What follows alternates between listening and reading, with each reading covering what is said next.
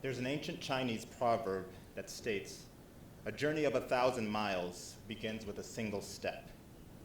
Well, this one begins with 3. It was a warm spring day when 3 young women decided to go for a walk outside Cincinnati. The year was 1832. Their journey took them across the river into neighboring Kentucky. It was the first time that they had visited a state which practiced what was known as, in the South, our peculiar institution. I don't think this is going to work.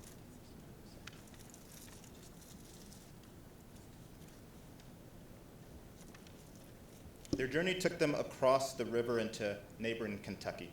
It was the first time they'd visited a state which practiced what was known across the South as our peculiar institution.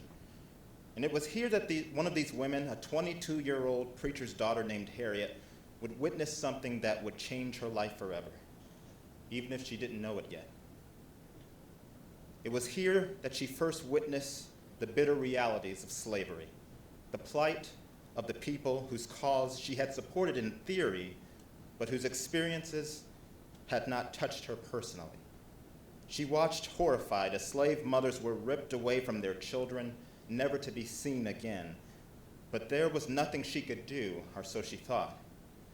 17 years would pass before such horror would reach her own home. Her beloved son, Charlie, had contracted cholera in an outbreak that had swept across the nation. Despite her best efforts, there was nothing she could do.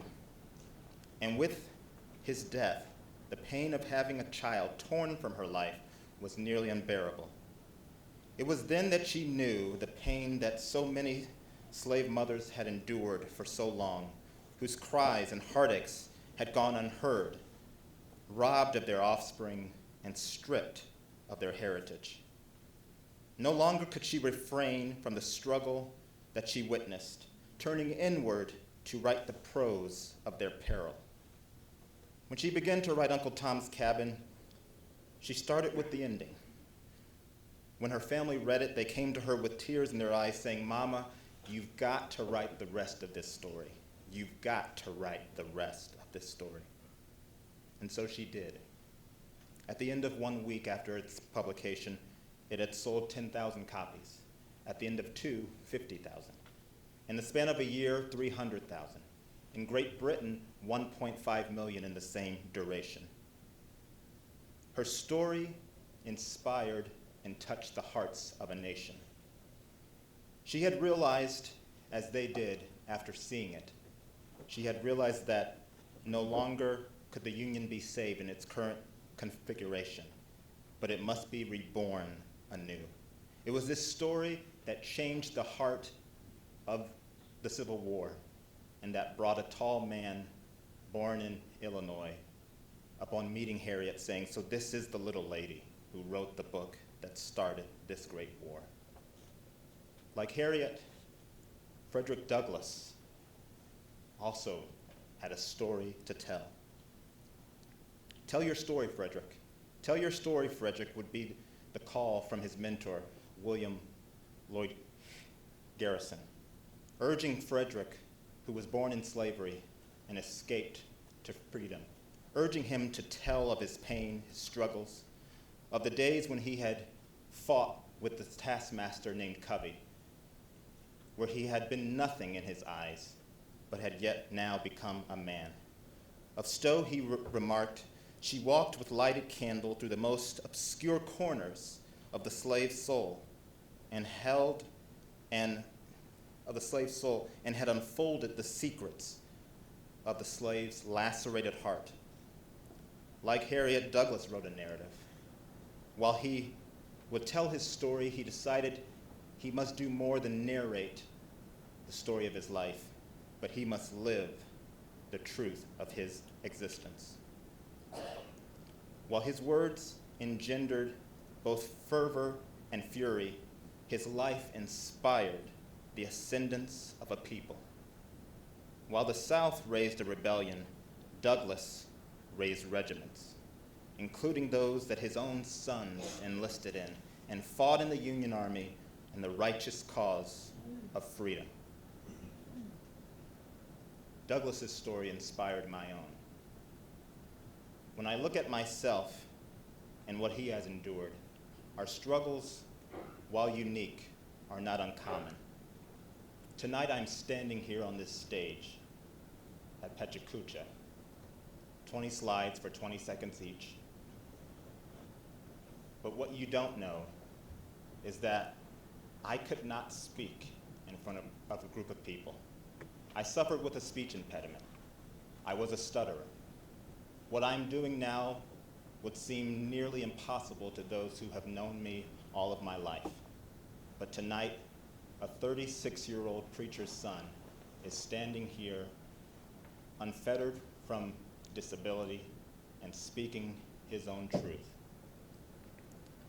I lived a life of isolation. I lived a life afraid to speak. I had endured the smirks and giggles, the jokes when I would talk and not be able to finish a sentence. 20 slides with 20 seconds. 20 words seemed to me like Kilimanjaro. The poet Paul Laurence Dunbar wrote, "I know why the caged bird sings, ah me, when his wing is bruised and his bosom sore, when he beats his bars and he would be free. It is not a carol of joy or glee, but a prayer that he sends from his heart's deep core, but a plea that upward to heaven he flings. I know why the caged bird sings." I too know why the caged bird sings.